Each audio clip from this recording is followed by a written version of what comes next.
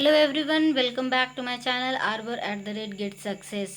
तो बिहार स्पेशल की सीरीज़ चल रही है जिसमें मैं इम्तियाज़ अहमद सर की किताब को रीड कर रही हूँ और मैंने इसकी एक प्लेलिस्ट बना रखी है अपने चैनल पे। तो जिन लोगों ने अभी तक पिछले वीडियोस को नहीं देखा है तो प्लीज़ जाकर उसे चेकआउट करें, और जो लोग नए हैं प्लीज़ इसे सब्सक्राइब कर ले ताकि आपको इन्फॉर्मेशन मिलती रहे।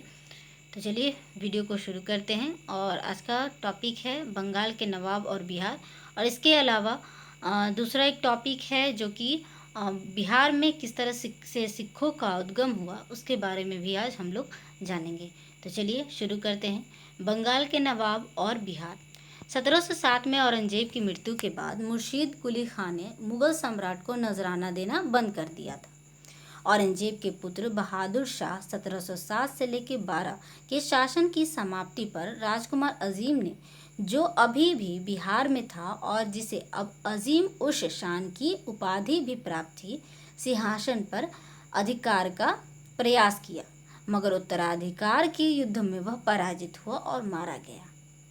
जहांदार शाह शासक बना जो कि 1712 से 13, मगर उसे अजीम उस शान के पुत्र फर्रुखसियर ने चुनौती दे दी।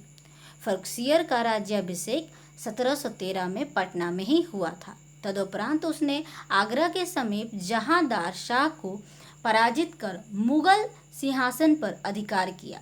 बिहार, बंगाल और उड़ीसा के क्षेत्र अब बंगाल के नवाब के ही वास्तविक नियंत्रण में आ गए थे। 1733 के पश्चात बंगाल के नवाब ने इन सभी क्षेत्रों का प्रत्यक्ष शासन ग्रहण कर लिया। यह स्थिति अंग्रेजों की सत्ता के स्थापित होने के समय तक बनी रही। फिर भी बिहार के क्षेत्र का प्रशासन चलाने के लिए एक उपनवाब या नायाब नाजिम की नियुक्ति भी होती रही। इस श्रृंखला में अंतिम नाम नवाब अलवर्दी खां का है। 1734 से 1740 तक वह अजीमाबाद में नवाब रहा, परंतु 1740 में उसने मुर्शीद कुली खां के वंशज सरफराज खां को विस्थापित कर बंगाल पर भी प्रत्यक्ष अधिकार कर लिया। 1756 में उसकी मृत्यु तक बिहार, बंगाल एवं उड़ीसा पर उसका व्यक्तिगत नियंत्रण रहा। मुगल साम्राज्य के पतन के फलस्वरूप उत्तरी भारत में अराजकता फैल गई। बिहार का क्षेत्र भी अप्रभावित नहीं रहा। इस क्षेत्र में अफगानों के विद्रोह होने लगे। मराठों ने भी यहाँ लूट मार मचाई। अलवर्दी खान ने परिस्थिति को संभालने के उपाय किए। उसने जैनुद्दीन हैबत जंग को बिहार में उपनवाब बनाया। हैबत जंग ने अफगानों पर कुछ समय के लिए अंकुश लगाया, मगर 1748 में अफगानों ने उसका वध कर दिया। अलवर्दी खान ने व्यक्तिगत कार्रवाई करके रानी सराय और पुनः पटना के युद्धों में अफगानों को पराजित कर उनका विद्रोह शांत किया। 1751 में उसने मराठों को भी फतुहा के समीप युद्ध में पराजित किया, मगर उसकी सफलता अस्थायी थी। मराठों ने उससे उड़ीसा के अधिकांश क्षेत्र छीन लिए। उसकी मृत्यु के बाद उसका नाती सिराजुद्दौला बंगाल का नवाब बना। व्यापारिक सुविधाओं के दुरुपयोग के प्रश्न पर अंग्रेज से उसका संघर्ष हुआ। उसकी परिणति जून 1757 में पलासी की लड़ाई में हुई। सिराजुद्दौला पराजित हुआ और बाद में मारा गया। मीर जाफर बंगाल का नवाब हुआ और पूर्वी भारत में ब्रिटिश सत्ता का उत्कर्ष आरंभ हुआ। अब हम लोग पढ़ेंगे बिहार में सिखों का उद्गम, है ना, कैसे सिखों का आना या उनका प्रवेश शुरू हुआ, इसके बारे में हम लोग इसमें पढ़ेंगे। बिहार में सिख। मध्यकालीन बिहार से सिखों का गहरा संबंध रहा। अंतिम गुरु श्री गोविंद सिंह के जन्म स्थान के रूप में पटना सिखों का एक महत्वपूर्ण तीर्थ स्थल है। इस क्षेत्र से सिख धर्म का संबंध और भी पुराना है। सिख धर्म के प्रवर्तक गुरु नानक देव द्वारा बिहार के क्षेत्र में यात्रा करने की चर्चा सिखों की अनुश्रुतियों में मिलती है। गुरु नानक द्वारा गया, राजगीर, पटना, मुंगेर, भागलपुर, कहलगांव आदि की यात्रा करते हुए राजमहल जाने की चर्चा उनकी जीवनी लिखने वाले अनेक विद्वानों ने की है। गुरु ने इन क्षेत्रों में धर्म प्रचार भी किया और शिष्य बनाए।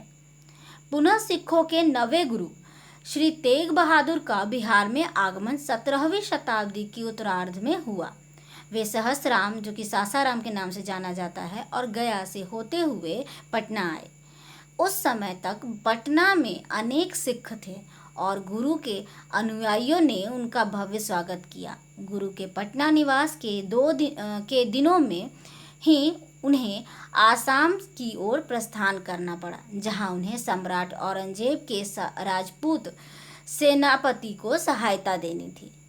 पटना से प्रस्थान के समय वह अपनी पत्नी गुजरी देवी को भाई कृपाल चंद्र के संरक्षण में छोड़ गए, क्योंकि वह मां बनने वाली थी। वहीं यही पटना में 26 दिसंबर 1666 को गुरु गोविंद सिंह का जन्म हुआ। लगभग 4.5 वर्ष की आयु में बाल गुरु पटना का नगर छोड़कर अपने पिता के आदेश पर पंजाब में आनंदपुर चले गए। गुरु पद ग्रहण करने के बाद उन्होंने अपने मसनद, जो कि धार्मिक प्रतिनिधि के रूप में माने जाते थे, बिहार के क्षेत्र में भेजे। आगे चलकर गुरु ने मसनद व्यवस्था का अंत भी कर दिया। 1708 में गुरु के निधन के बाद उनकी पत्नी माता साहिब देवी के प्रति भी बिहार के सिखों की भक्ति और श्रद्धा बनी रही। 1717 से 1730 के बीच इन अनुयायियों ने उनकी सेवा में धन और अन्य सहयोग सामग्री भेजने की नियमित व्यवस्था की। नेक्स्ट है मध्यकालीन बिहार के जनजातीय राज्य।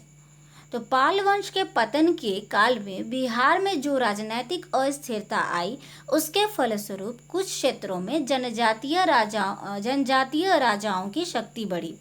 सोन नदी की घाटी के क्षेत्र में खारवार, पूर्वी उत्तर प्रदेश और मध्य बिहार में भार एवं शाहाबाद, सारण, चंपारण, मुजफ्फरपुर और पलामू, जो कि वर्तमान झारखंड में स्थित है, के क्षेत्रों में चेरो शासक ऐसे स्थानीय शासकों में अधिक महत्वपूर्ण थे।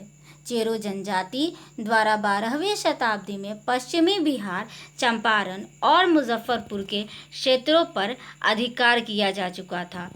उनके द्वारा मुस्लिम सूफी संतों पर अत्याचार करने के साक्ष्य मिलते हैं। इसी धर्मांधतापूर्ण आचरण के विरुद्ध प्रतिक्रिया में चेरो शासकों पर तुर्कों ने सैनिक कार्रवाई आरंभ की। बिहार के तुर्क प्रशासक मक्ता मलिक इब्राहिम बया ने उनकी शक्ति को कमजोर किया, मगर चेरो जनजाति की शक्ति का वास्तविक पतन 17वीं शताब्दी में भोजपुर के उज्जैनिया प्रधानों के विरुद्ध संघर्ष के फलस्वरूप हुआ। इसके पूर्व शेर शाह ने भी चेरो जनजाति के विरुद्ध सैनिक अभियान किए थे।